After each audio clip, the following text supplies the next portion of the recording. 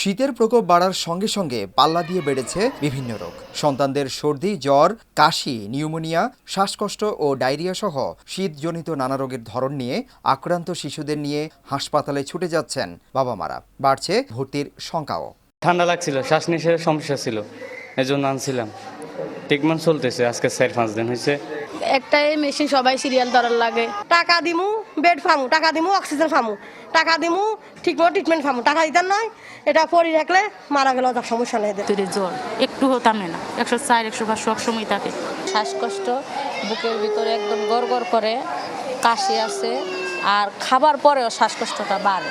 3-4 দিন যাবত জ্বর কমতেছে না। ডক্টর অনেক ওষুধ দিছে, তার সাথে আবার কাশি হয়েছে, সর্দি হয়েছে, আজকে আবার দেখতাছি। জ্বর ঠান্ডা ছিল, হালকা ছিল, তারপরে এক সপ্তাহ পরে থেকে আবার বাড়ছে। পরে আমরা আবার ডাক্তারের কাছে গেছি, পরে ডাক্তার আমাদের ভর্তি লেগছে।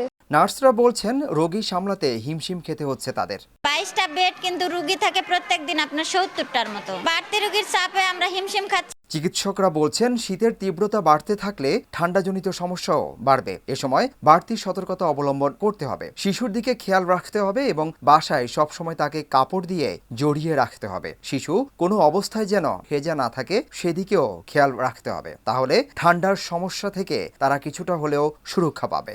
শীত শুরুর মৌসুমটাতেই আমরা বেশ কিছু রোগের প্রাদুর্ভাব দেখি।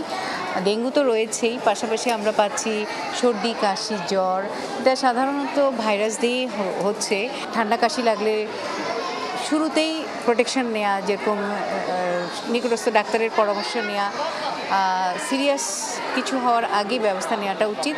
বিশেষজ্ঞরা বলছেন শীতের সাথে সাথে শিশুদের ধুলাবালি থেকেও সমস্যা হচ্ছে। তাছাড়া অনেক শিশুই চর্মরোগে ভুগছে। এ ব্যাপারে অভিভাবকদের সচেতন হওয়ার পরামর্শ দেন তারা।